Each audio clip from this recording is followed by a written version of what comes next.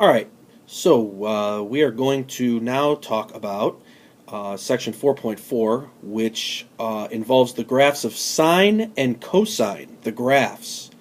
Didn't talk about graphs a ton last year in Honors Algebra 2. We did do some graphs, but this is really going to talk about the basic functions and then sort of transformations off of that. And if you'll notice, guys, we're doing vertical and horizontal stretches slash shrinks, translations. In other words, the same stuff that we've done to all the other graphs that we've done this year, except now we're going to do them to sine and cosine. So as you can see here, here is the analysis for the sine function. Just some things to keep in mind. The domain, all real numbers. Okay, so all x works. Okay, you're always going to get an answer. You won't get an undefined answer. Now, here's the thing. The range is only from -1 to 1. Okay, so it's only in between those two values. And by the way, the brackets mean that it includes -1 and 1.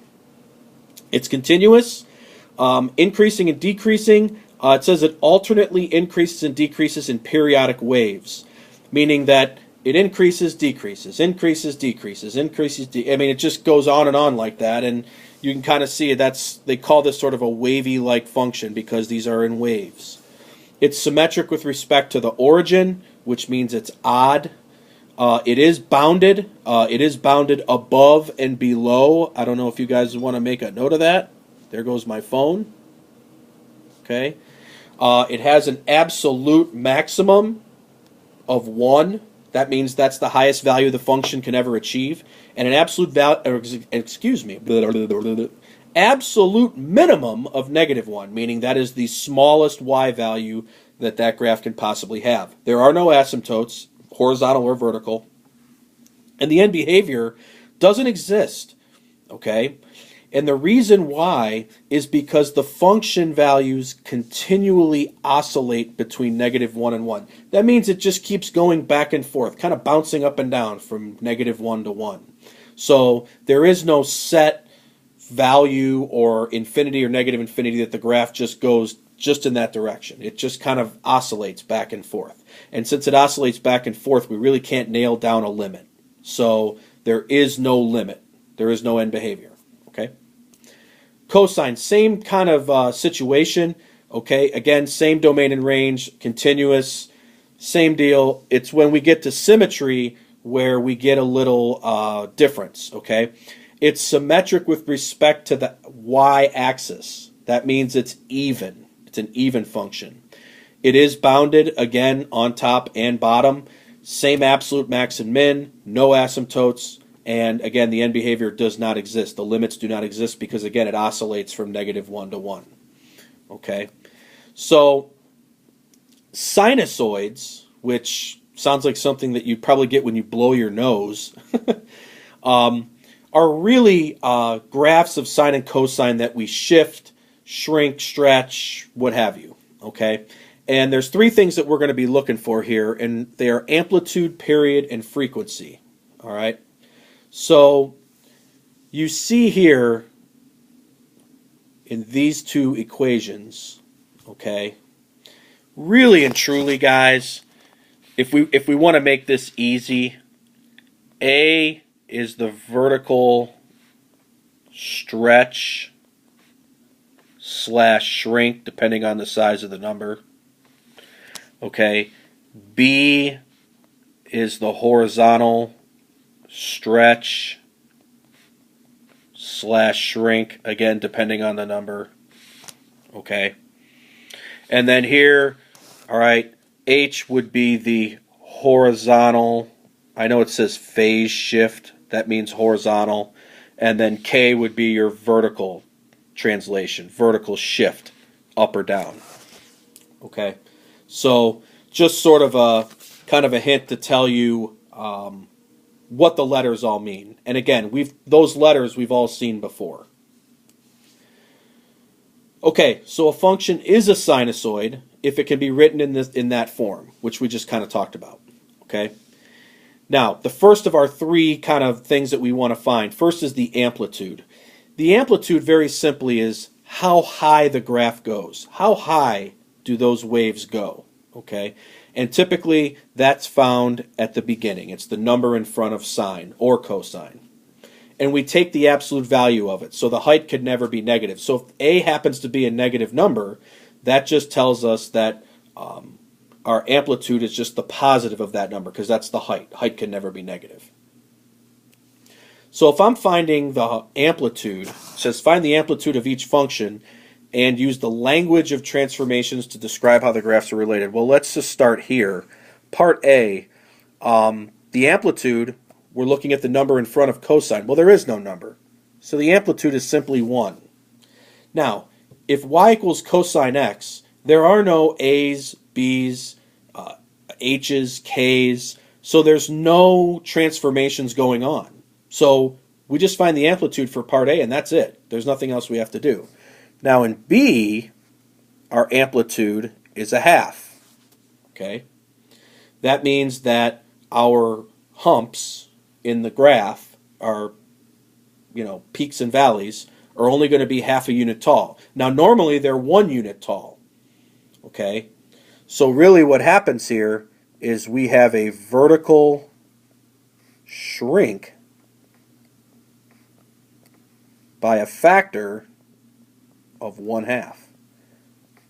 So our peaks and valleys are only going to be half as big. Okay? So that's what's happening there. Part C. Now I'm going to use the absolute value this time because I have a negative number in front. See, the first two I didn't have negative, so I didn't have to worry about absolute value because it's positive no matter what. So the amplitude here is 3. Okay? So that really means that our peaks and valleys are actually tripling in height. Okay? Our peak, instead of being at 1, our peak is going to be at 3. And our valley, instead of being at -1, is going to be at -3. Okay? Now, there's 3 things happening here. Okay? The first thing, actually 2, excuse me. We have a vertical stretch, okay, by a factor of 3. Now you might say, well, what does the negative do? Well, think about what the negative does. Okay? The negative means we're going to reflect over the x-axis. Now, just so you know, those can be in any order. It doesn't matter what you list first. So if you reflected first and then stretched it, that's fine. Okay? So 2 things going on with that one. Period. Okay? The period. All right? The period is 2 pi over the absolute value of b. All right? So it's the same for sine and cosine. Now it says graphically, the period is the length of 1 full cycle of the wave. Sorry, I had to take a drink there. So for the sine, okay, if the sine, like, so let's see, let me see how I can do this. Y equals sine x. Okay? If y equals sine x, b is 1. So that means the period is 2 pi. So what that means, okay, here's 2 pi, here's pi, okay, whoops, come on.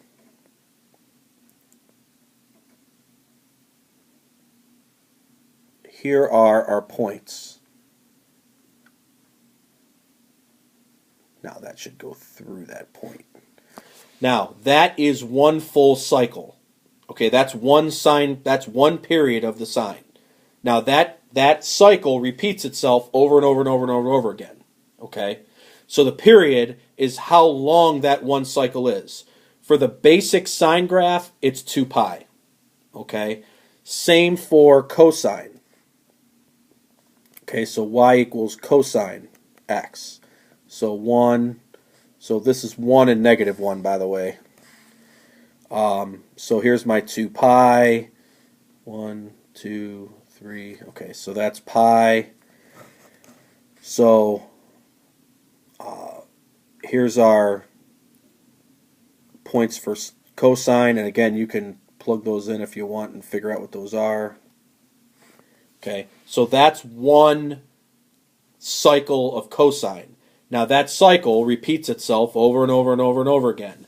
But this one cycle is 2 pi units long. Now, obviously, if there was a number in front of x, that's going to affect how long or short the period's going to be. For example, it says find the period of each function and use the language of transformations to describe how the graphs are related. So now, okay, part A, we just talked about this. All right, the period is 2 pi over 1 because there's no number in front of x, so the period's 2 pi. No transformations going on because there's no a's, there's no b's, there's no h's, there's no k's. All right, so for part B, our period is 2 pi divided by 1/3. Okay, this can be written also as 1/3 x. Okay, so B is 1/3. So 2 pi divided by 1/3 is 6 pi.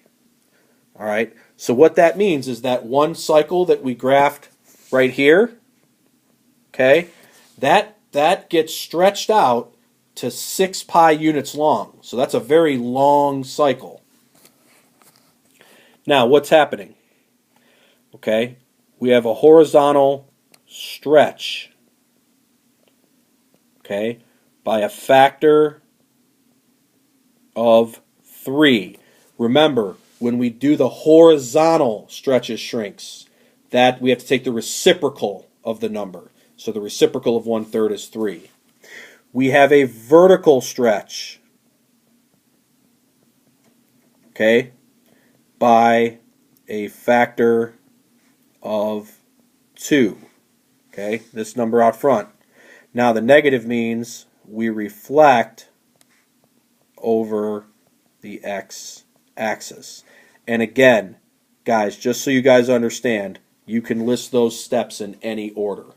Okay, I don't care about the order. All right, so that's part B. Part C, okay, part C, it's 2 pi divided by, well, in this case, B is -2. So now I have to worry about the absolute value. Okay, the other two B's were positive, so it didn't matter. So this is 2 pi over 2, so the period is pi. So actually our cycle gets shortened. Now let me erase this because we have to talk about the transformations for this graph. Notice where the negative sign is, guys. It's not out front anymore. It's inside the parentheses. Now think about this. What does that mean when the negative is inside the parentheses? Okay, so what's happening? We have a horizontal shrink, okay, by a factor of 1/2. Okay. Now, if you think about it, the period is half as big as it would normally be. Okay, normal period is 2 pi. Our new period is half that, so we should expect a horizontal shrink by a factor of 1/2. We have a vertical stretch. Okay, we have a vertical stretch by a factor of 3, the 3 out front. Now, since the negative sign is inside the parentheses, that means instead of reflecting over the x-axis, we are reflecting now over the y-axis. So we're flipping it backwards. Notice the placement of the negative sign and how that affects the reflection. Okay? Frequency. Okay? Frequency is just the reciprocal of whatever the period is. Okay? So, graphically, the frequency is the number of complete cycle the wave completes in a unit interval. So, it says find the frequency of the function f of x equals 4 sine 2x over 3 and interpret its meaning graphically. So, here's what we have to do. Our frequency. Now, our formula was absolute value of b over 2 pi.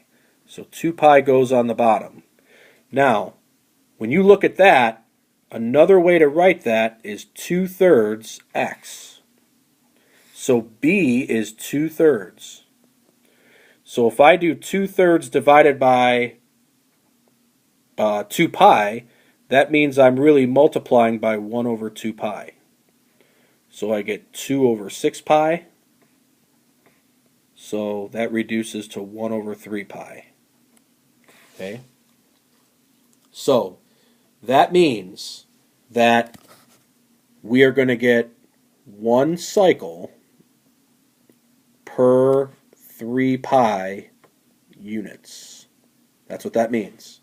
So when it says sketch the graph in the window, I'll try to, with my limited room, I'm going to try to do this.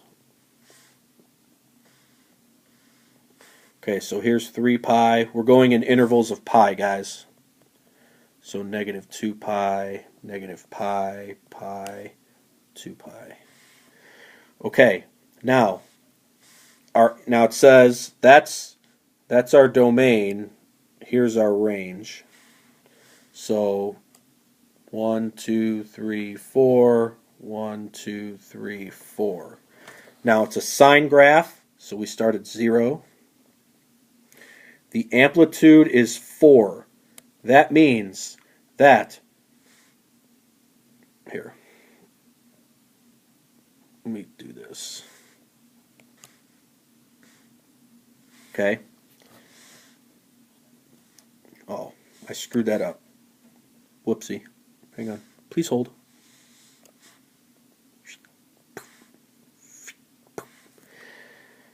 Okay, so our period goes from, what the? Yeah, I'm okay. Okay, sorry about that. So that means that the middle, okay, the middle of this, where the, how do I want to describe this? When our curve crosses the very center, it's halfway between 0 and 3 pi. So that would be 3 pi over 2, which would be 1.5 pi. Gosh. Be about halfway in between. Okay, so halfway in between that and 0, we get our amplitude. Okay, so here's our graph. Now, what that also means is that it happens the same way on the other side. Okay. I don't care where these exact points are because I'm sure you could find them on your calculator. Okay.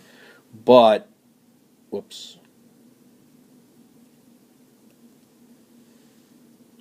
That's as best as I can do with my stylus. So, what happens here, okay, we get one complete cycle inside of 3 units. That's what that frequency means. Okay? All right. The amplitude is 4, so that's why I went up to 4 and down to 4. The period is 3 pi, so that means it's 3 pi units long. Okay? So that takes care of sine and cosine graphs.